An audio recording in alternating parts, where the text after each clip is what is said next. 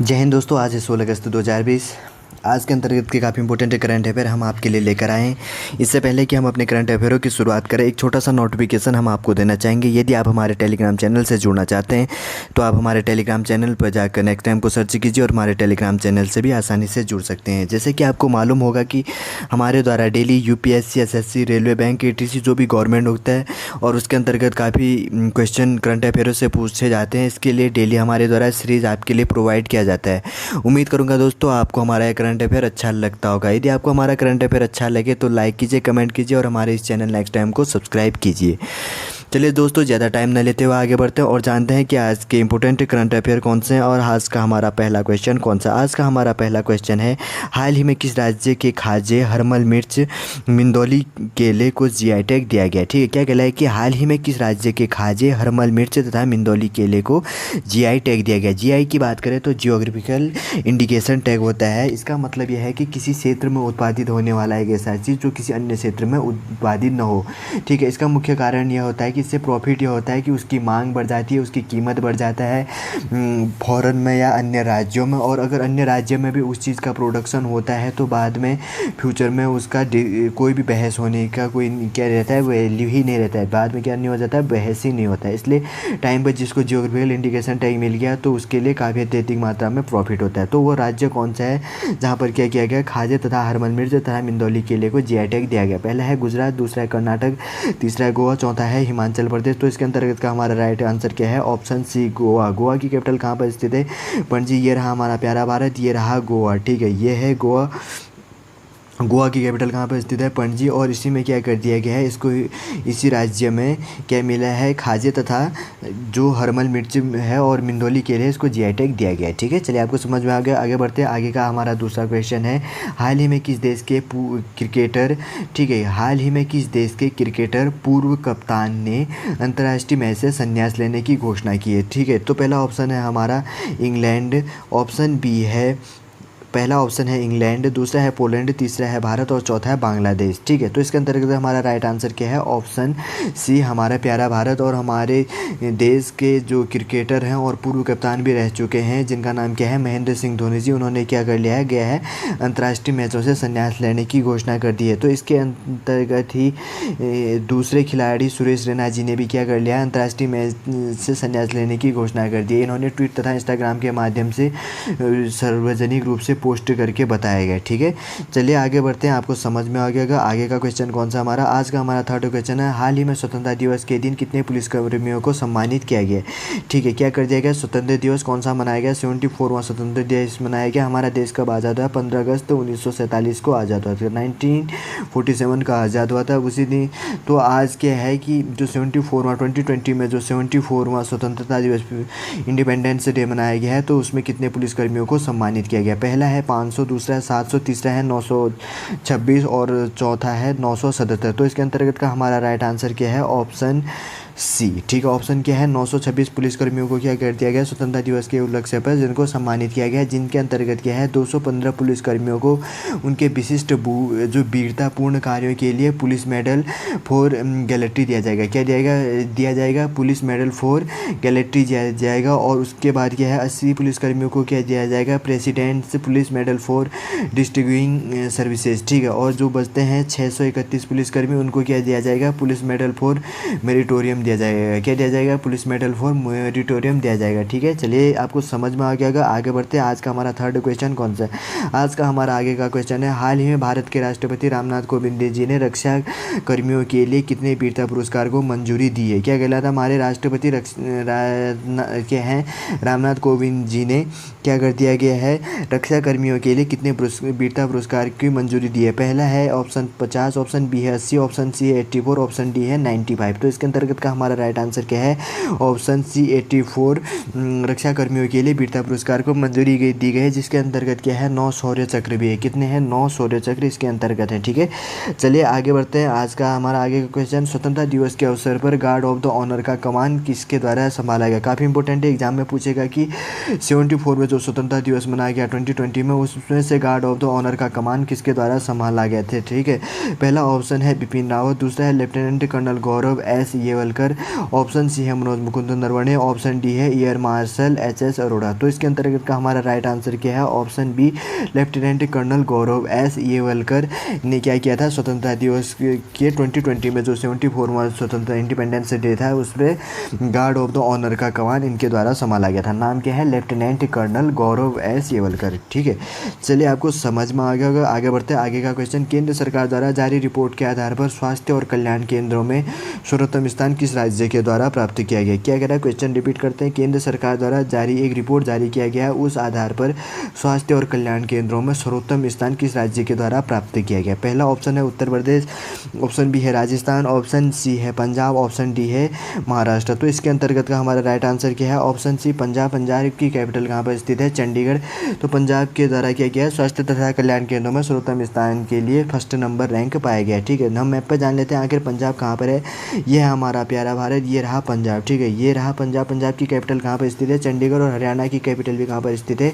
चंडीगढ़। और पंजाब की कैपिटल जब देश के का विभाजन नहीं हुआ था तो उससे पहले पंजाब की कैपिटल कहाँ पर स्थित थी? लाहौर पे थी। कहाँ पर थी? लाहौर पे थी।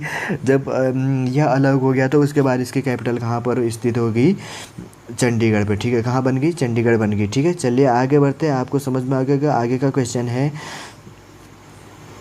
आगे का क्वेश्चन है हमारा, हाल ही में रिपोर्ट के अनुसार भारत का सर्वश्रेष्ठ केंद्रीय विश्वविद्यालय कौन सा बन गया? ठीक है, हाल ही में एक डाटा रिपोर्ट जारी किया गया जिसके अंतर्गत सर्वश्रेष्ठ केंद्रीय विश्वविद्यालय कौन सा है? पहला है अरुणाचल प्रदेश का राजीव गांधी विश्वविद्यालय, दूसरा है Jawaharlal Nehru university, option C है जामिया मिलिया इस्लामी, ऑप्शन डी है दिल्ली हिंदू विश्वविद्यालय। तो इसके अंतर्गत का हमारा राइट आंसर क्या है?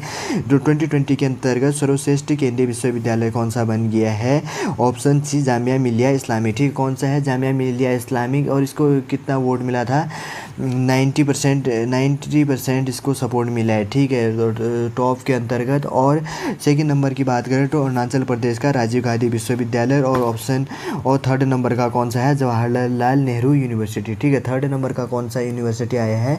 जवाहरलाल यूनिवर्सिटी। ठीक है, चलिए आपको समझ में आ गया। आगे बढ़ते हैं। आगे का क्वेश्चन कौन सा? ठीक है, आगे का क्वेश्चन है, हाल ही में किस विश्वविद्यालय ने कोविड-19 से लड़ने के लिए इलेक्ट्रॉनिक मास्क बनाया है? ठीक है, क्या कह रहा है? हाल ही में किस विश्वविद्यालय ने कोविड-19 से लड़ने के लिए एक इलेक्ट्रिक मास्क बनाया है? उसका वो यूनिवर्सिटी कौन सा? पहला है महाराष्ट्र विश्वविद्यालय, दूसरा है जादवपुर विश्वविद्यालय, थर्ड है हरियाणा विश्वविद्यालय, ऑप्शन डी है चंडीगढ़ विश्वविद्यालय। तो इसके अंतर्गत का हमारा राइट आंसर क्या है?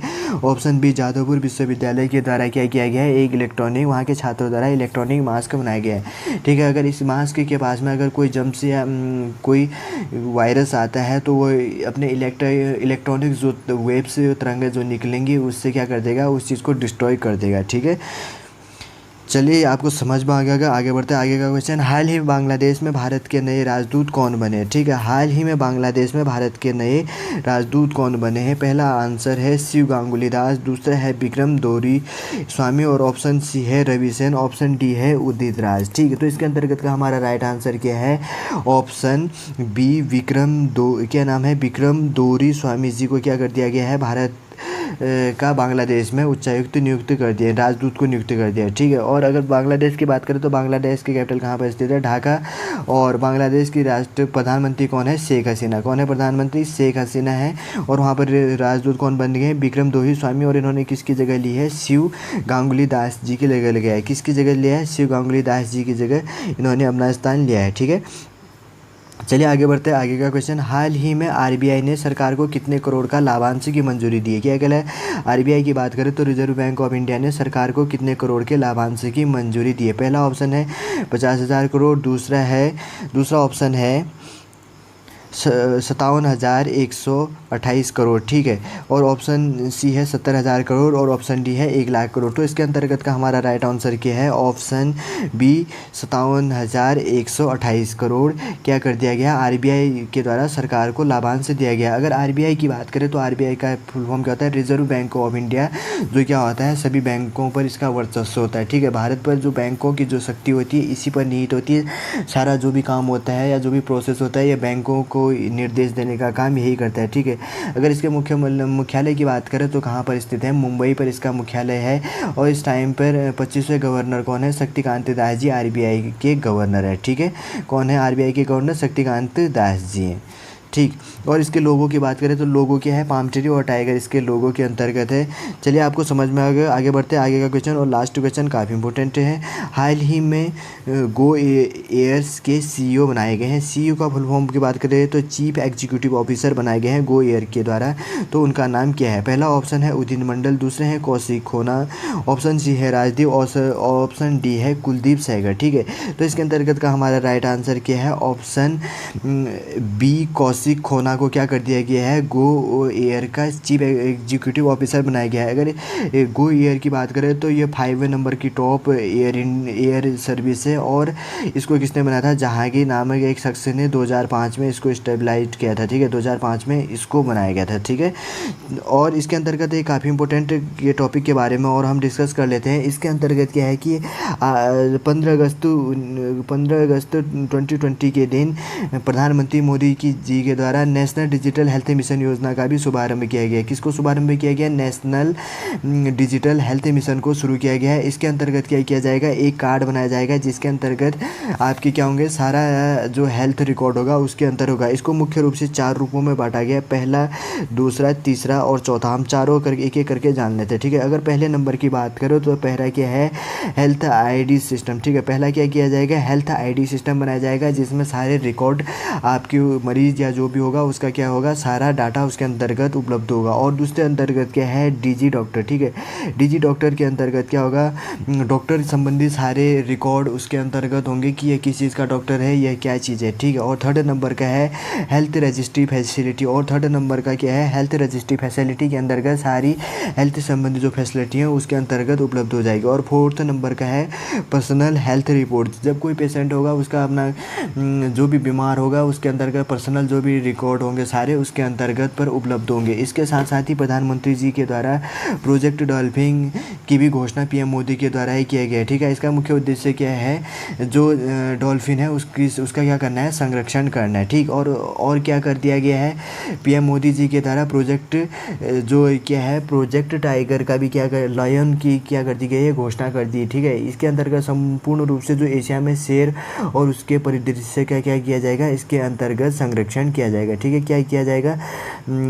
परिदर्शन और संरक्षण किया जाएगा। ठीक, और एक क्वेश्चन और हमारा छूट गया था इसके अंतर्गत पे टाइप करना, तो उस क्वेश्चन का नाम क्या है? क्या किया गया है? नीति आयोग ने। ठीक है, नीति आयोग की फुल फॉर्म की बात करें तो NITI national institute for transforming India के द्वारा क्या किया गया है? ATLAI। ठीक है, नामक क्या कर दिया गया है? एक स्टेप मॉड्यूल को लॉन्च किया गया है। इसके अंतर्गत क्या है? अटल आर्टिफिशियल इंटेलिजेंट। ठीक है, ATL तो क्या हो गया? अटल हो गया, और AL क्या हो गया? आर्टिफिशियल इंटेलिजेंस फैसिलिटी हो गया। नीति आयोग ने क्या किया है? नेस्कॉम के साथ मिलकर। ठीक है, नेस्कॉम के सहयोग से, नेस्कॉम की यहाँ पर लिख देता हूँ मैं NASSCOM, नेस्कॉम हो गया। नेस्कॉम के सहयोग से छात्रों के लिए यह मिशन किया गया। ठीक है, देश भर के जो भी विश्वविद्यालय जो देश में विद्यालय हैं उनमें क्या किया जाएगा? AI शिक्षा और नवाचार को अग्र स्तर तक ले जाने के लिए इसको क्या कर दिया गया है? National institute for transforming India के द्वारा इसको लॉन्च किया गया।